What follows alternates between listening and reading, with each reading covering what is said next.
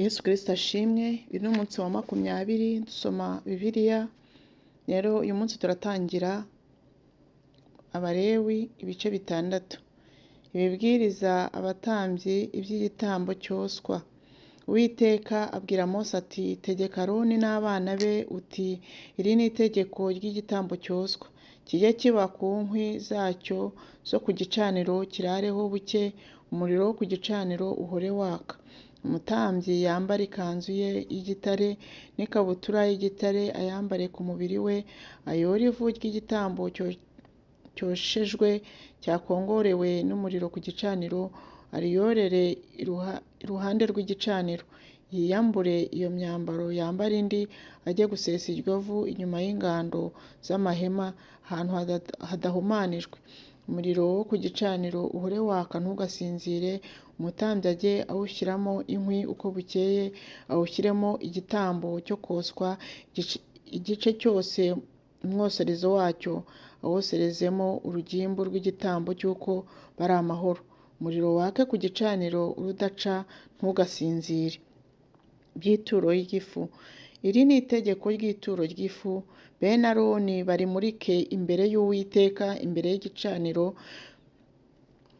ku ifu y'ingezi y'iryo turo, n'amavuta ya elayo yaryo akureho ibyuzuye urushyi, abikuraneho n'umubavu wose uririho, abyosereze ku gicaniro, bibere Uwiteka impumuro nziza, bibe urwibutso rwaryo. Igisigaye kuri iryo turo Aroni n'abana be bakirye, bakirire ahantu hera kidasembuwe mu rugo rw'ihema ry'ibonaniro, abe ariho bakirira. Be kucyotsanya n'umusemburo,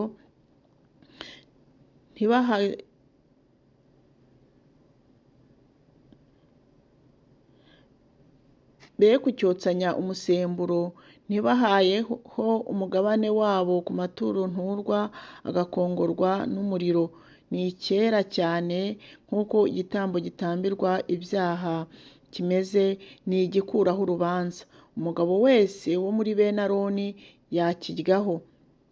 Iryo ni itegeko ridakuka bategeka mu bihe byanyu byose, ritegeka iby'amaturo aturwa Uwiteka agakongorwa n'umuriro. Uzayakoraho wese azaba ari uwera. Uwiteka abwira Mose ati, iri ni ryo turo rya Aroni n'abana be bazaba bakwiriye kujya batura Uwiteka uhereye ku munsi Aroni azasigirwa. Batura igice cya 10 cya efa y'ifu y'ingeziho ituro ry'ifu ridasiba gutura. Umucagate wayo ujye uturwa mu gitondo, undi ujye uturwa nimugoroba. Bayivuganire n'amavuta ya elayo ku cyuma gikaranga.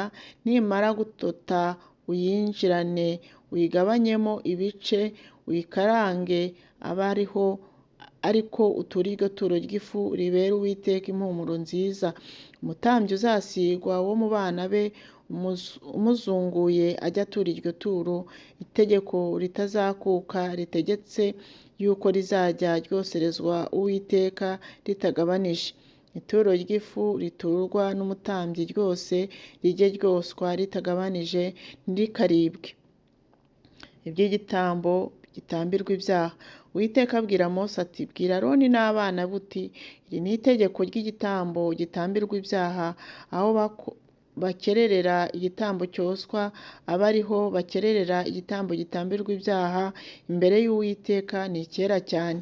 Umutambyi ugitambiye ibyaha kirye, kirirwe ahantu hera, ariho mu rugo rw'ihema ry'ibonaniro. Uzakora ku nyama zacyo wese azaba ari uwera. Nihagira amaraso yacyo atarukira ku mwambaro wose, ujye umesera ahantu hera uwatarukiweho nayo. Kandi nigitekwa mu nkono y'ibumba, bayimesane n'igitekwa mu nkono y'umuringa, bayihanagure bayoze. Umutambyi w'umugabo wese yakiryaho, ni icyera cyane. Kandi igitambo gitambiwe ibyaha byose bazendaho amaraso, bakayazanira mu ihema ry'ibonaniro gukongerwa ahera, ntikikaribwe, ahubwo kijye cyoswa Igice cya karindwi, itegeko ry'igitambo gikuraho urubanza. Iri ni itegeko ry'igitambo gikuraho urubanza, ni kera cyane, aho babikirira igitambo cyoswa, aba ariho babikirira igitambo gikuraho urubanza, amaraso yacyo umutambyi ajye ayamisha impande zose z'igicaniro, kandi atambe urugimbu rwacyo rwose, atambe umurizo n'urutaro rutwikira amara n'impyiko zombi n'urugimbu rwo kuri zo rufatanye n'urukiryi n'umwijima w'ityazo awukurane n'impyiko. Umutambyi abyosereze ku gicaniro, bibe igitambo gitambirwa Uwiteka, kigakongorwa n'umuriro. Icyo ni igitambo gikuraho urubanza. Umutambyi w'umugabo wese yakiryaho kijye kirirwa ahantu hera, ni kera cyane. Uko biri ku gitambo gitambirwa ibyaha, niko biri ku gikuraho urubanza. Itegeko ryabyo ni rimwe. Umutambyi ubihonga aba ari we biba umwanya we. Kandi umutambyi utambiriye umuntu igitambo cyoswa, aba ari we ujyana uruhu rw'igitambo atambye, kandi ituro ry'ifu ryose ryokererwe ku cyokezo cy'imitsima n'irikarangishijwe amavuta n'irikaranze ubukuzagara azabe ay'umutambyi uyatuje. Ituro ry'ifu ryose rivanze n'amavuta cyangwa n'ubukuzagara, bene Aroni bose barigabane banganye. Itegeko ry'igitambo cy'uko ari amahoro. Iri ni itegeko ry'igitambo cy'uko umuntu ari amahoro, icyo atambira Uwiteka. Nagitambaho igitambo cy'ishimwe, aturane n'icyo gitambo cy'ishimwe udutsima tudasembuwe twavuganywe n'amavuta ya elayo, n'udutsima tudasembuwe dusa n'amabango dusizwe amavuta ya elayo, n'udutsima tw'ifu y'ingezi itoshejwe n'amavuta ya elayo. Utwo dutsima twongereho n'imitsima yasembuwe, abiture igitambo cy'uko ari amahoro, atambira gushima Uwiteka.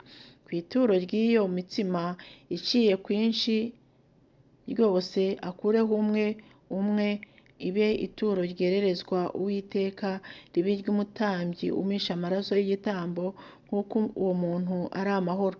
Kandi inyama z'igitambo cy'uko umuntu ari amahoro cyatambiwe ishimwe zijye ziribwa ku munsi cyatambiweho, ntizikarare. Ariko niba ari igitambo umuntu atambiye guhigura umuhigo, cyangwa ari icyo atambishwa n'umutima ukunze, kijye kiribwa ku munsi agitambiyeho, kandi ikiraye kiribwe ku wa kabiri. Ariko inyama z'icyo gitambo zisigaye nizigeza ku wa gatatu zoswe. Ariko nihagira inyama y'igitambo cy'uko ari amahoro ziribwa ku wa gatatu, ntikizabarwa kwa gitambyi, kizaba ikizira. Ukiriyeho azagibwaho no gukiranirwa kwe. Inyama zakoze ku kintu cyose gihumanya ntizikaribwe, zijye zoswa. Inyama z'icyo gitambo umuntu wese udahumanye ajya akiryaho. Ariko umuntu wese uzarya ku nyama y'igitambo cy'uko umuntu ari amahoro agihumanye, kandi nyiracyo ari Uwiteka, azakurwe mu bwoko bwe. Kandi umuntu nakora ku kintu cyose igihumanya kiva mu muntu, cyangwa itungo rihumanya, cyangwa inyamaswa ihumanya, cyangwa ikindi kintu cyose gihumanya kikazira, akarya ku nyama z'igitambo cy'uko umuntu ari amahoro, kandi nyiracyo ari Uwiteka, uwo muntu azakurwe mu bwoko bwe. Urugimbu n'amaraso ni ibizira. Uwiteka abwira Mose ati, bwira Abisirayeli uti, ntimukarye urugimbu rw'inka cyangwa rw'intama cyangwa rw'ihene,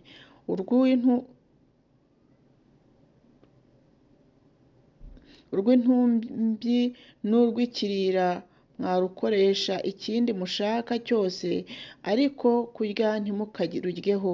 Umuntu wese uzarya urugimbu rw'itungo ryo mu matungo yatambiwe Uwitekaho ibitambo bikongorwa n'umuriro,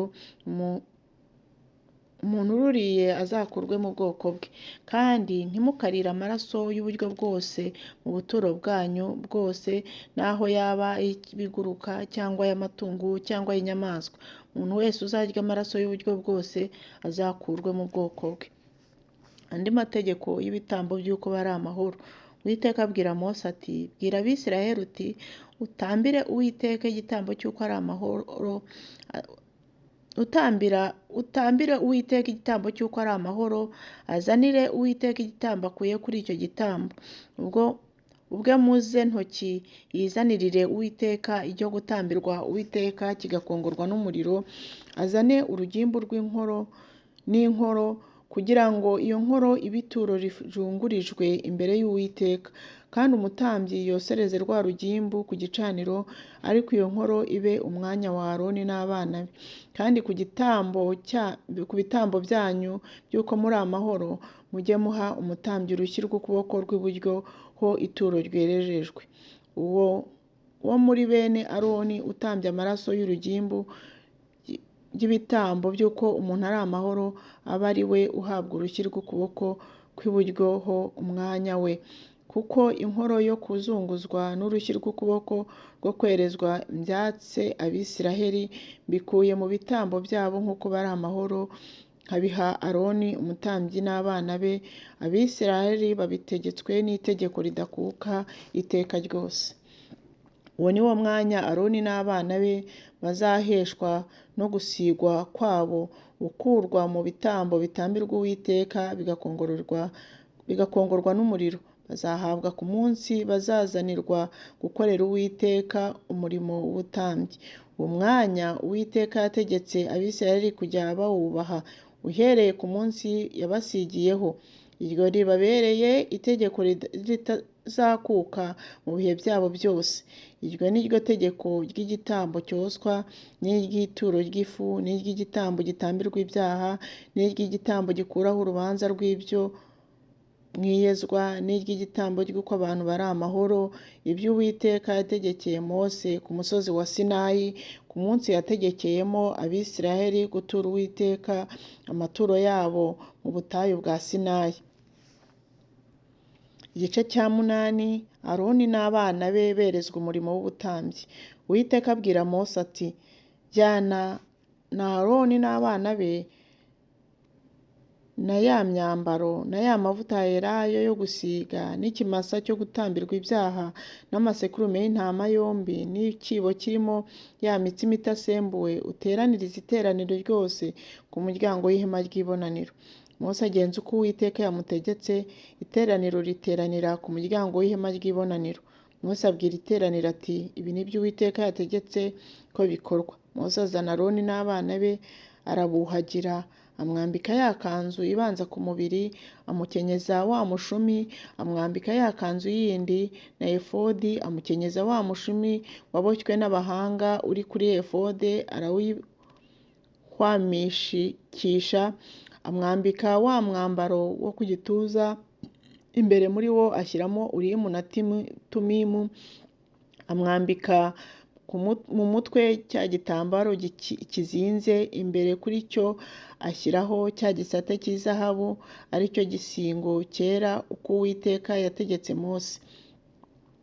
Mose yenda ya mavuta yerayo yo gusiga, ayasiga ku buturo bwera no ku biburimo byose, arabyeza, ayamisha ku gicaniro 7, ayagisigana n'ibintu byacyo byose n'igikarabiro n'igitereko cyacyo ngo abyeze.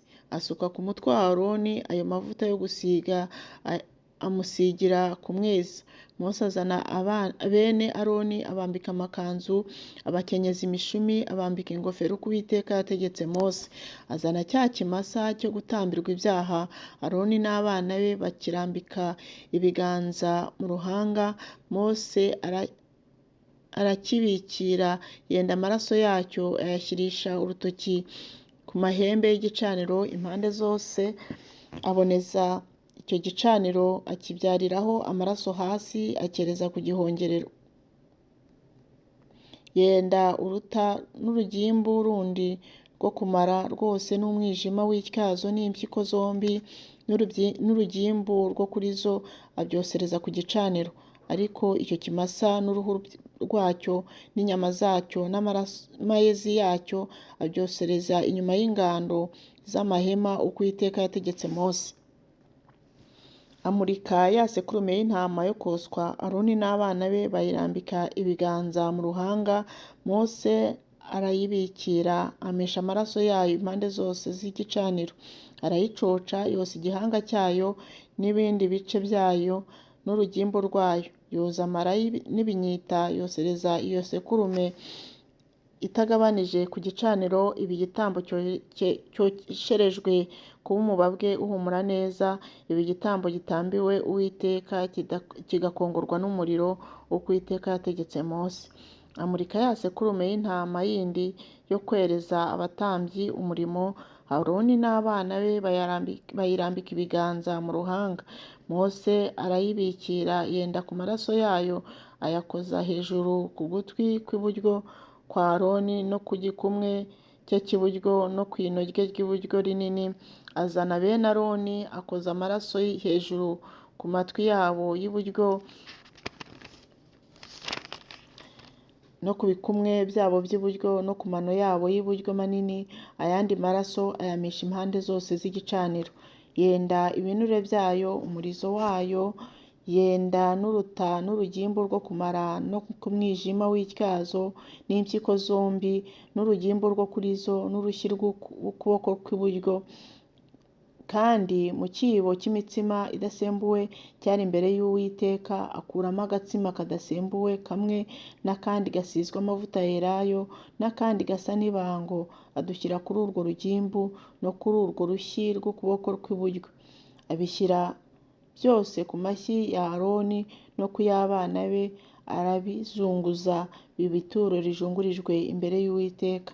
Mose abikura ku mashyi yabo abyosereza ku gicaniro, abishyize kuri cya gitambo cyoshejwe, biba igitambo cyo kubereza umurimo cy'umubabwe uhumura neza, igitambo gitambiwe Uwiteka kigakongorwa n'umuriro. Mose yenda inkoro ayizunguriza kuba ituro rijungurijwe imbere y'Uwiteka, aba ariyo iba umwanya wa Mose kuri iyo sekurume yo kubereza umurimo uko Uwiteka yategetse Mose.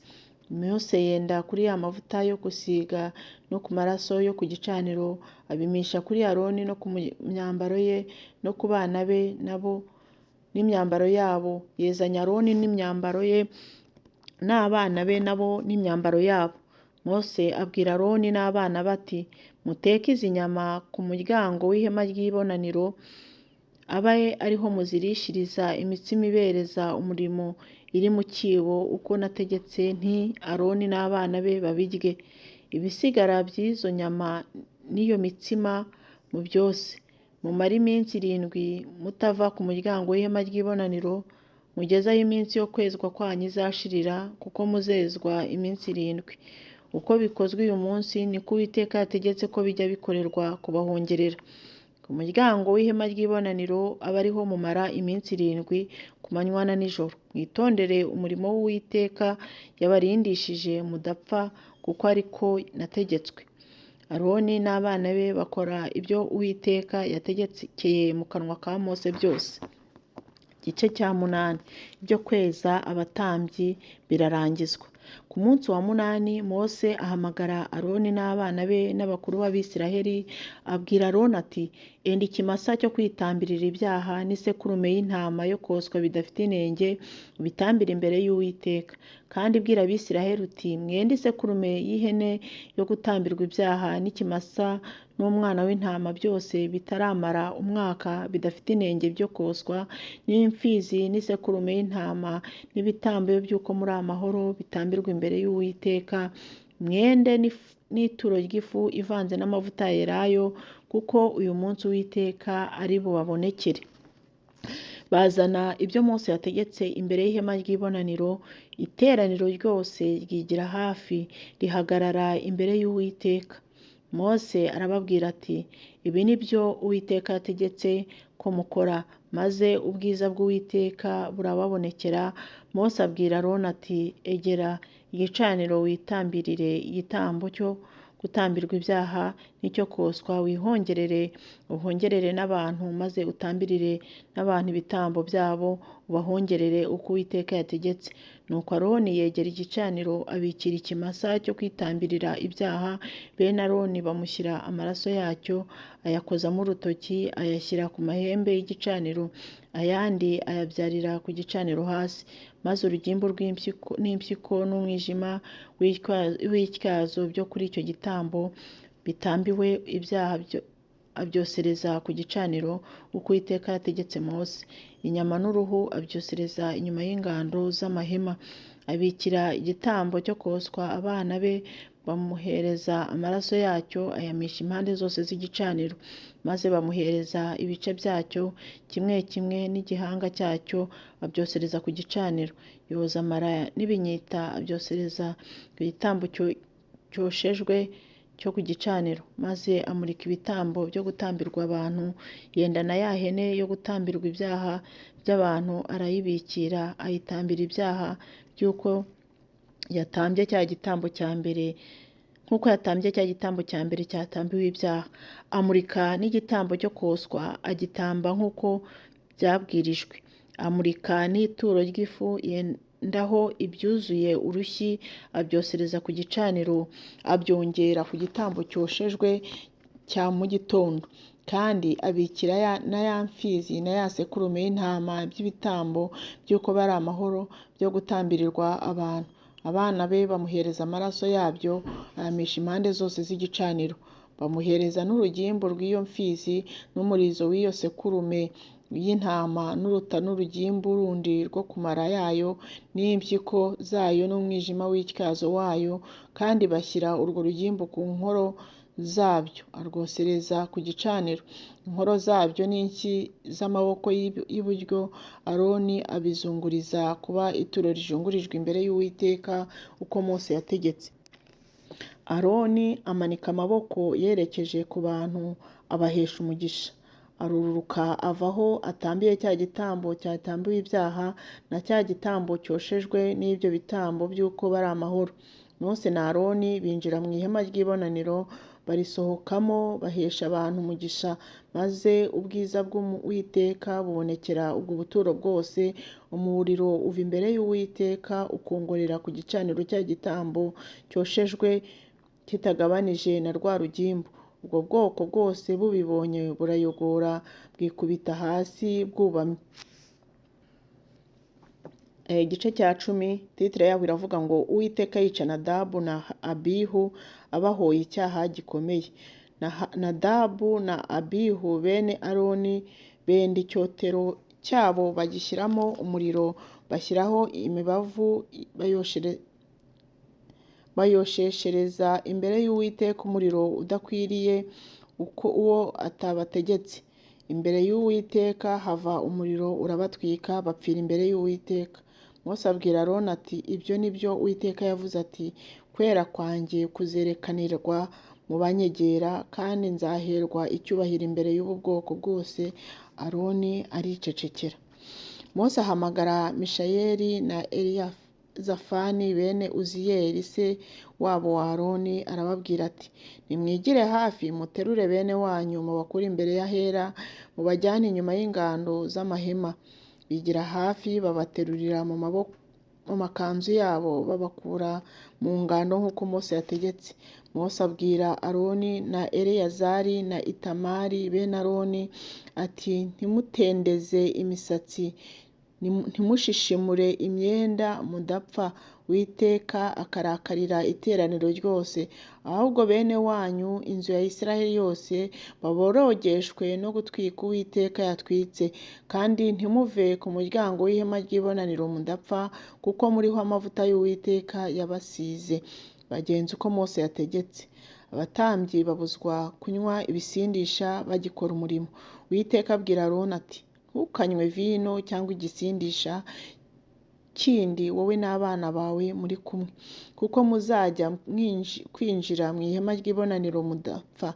Iryo ribabera itegeko ridakuka mu bihe byanyu byose. Mubone uko mutandukanya ibyera n'ibitari ibyera, n'ibihumanya n'ibidahumanya, mukigisha Abisiraheli amategeko yose Uwiteka yabwiye Abisiraheli mu kanwa ka Mose. Mose ategeka abatambyi kurya imyanya yabo. Mose abwira Aroni na Eleyazari ati, na Itamari bene Aroni basigaye ati mujyane ituro ry'ifu risigaye mu maturo yatuwe Uwiteka agakongorwa n'umuriro muriririre iruhande rw'igicaniro ridatsembuwe kuko ari iryera cyane, muriririre ahantu hera kuko ryategetswe kuba iryawe n'abana bawe ku maturo aturwa Uwiteka agakongorwa n'umuriro, uko niko nategetswe. Na ya nkoro yajungujwe na rwa rushyi rw'ukuboko rwererejwe, wowe n'abahungu bawe n'abakobwa bawe nabo mubirire ahantu hadahumanijwe, kuko wabiherewe kuba imyanya yawe n'iy'abahungu bawe ku bitambo by'Abisiraheli by'uko bari amahoro. Urushyi rw'ukuboko rwo kwerezwa n'inkoro yo kuzunguzwa bajye babizanana n'ibitambo byo gukongorwa n'umuriro by'urugimbu, babizungurize imbere y'Uwiteka, bibe ituro rijungujwe rijye riba iryawe n'abana bawe, bitegetswe n'itegeko ritazakuka iteka uko Uwiteka yategetse. Aroni asobanura icyatumye yose ihene yatambiwe ibyaha. Mose ashakana umwete ya hene yatambiwe ibyaha asanga bayosheje. Arakarira Eliyazari na Itamari bene Aroni basigaye, arababaza ati mwabujijwe n'iki kurira ahantu hera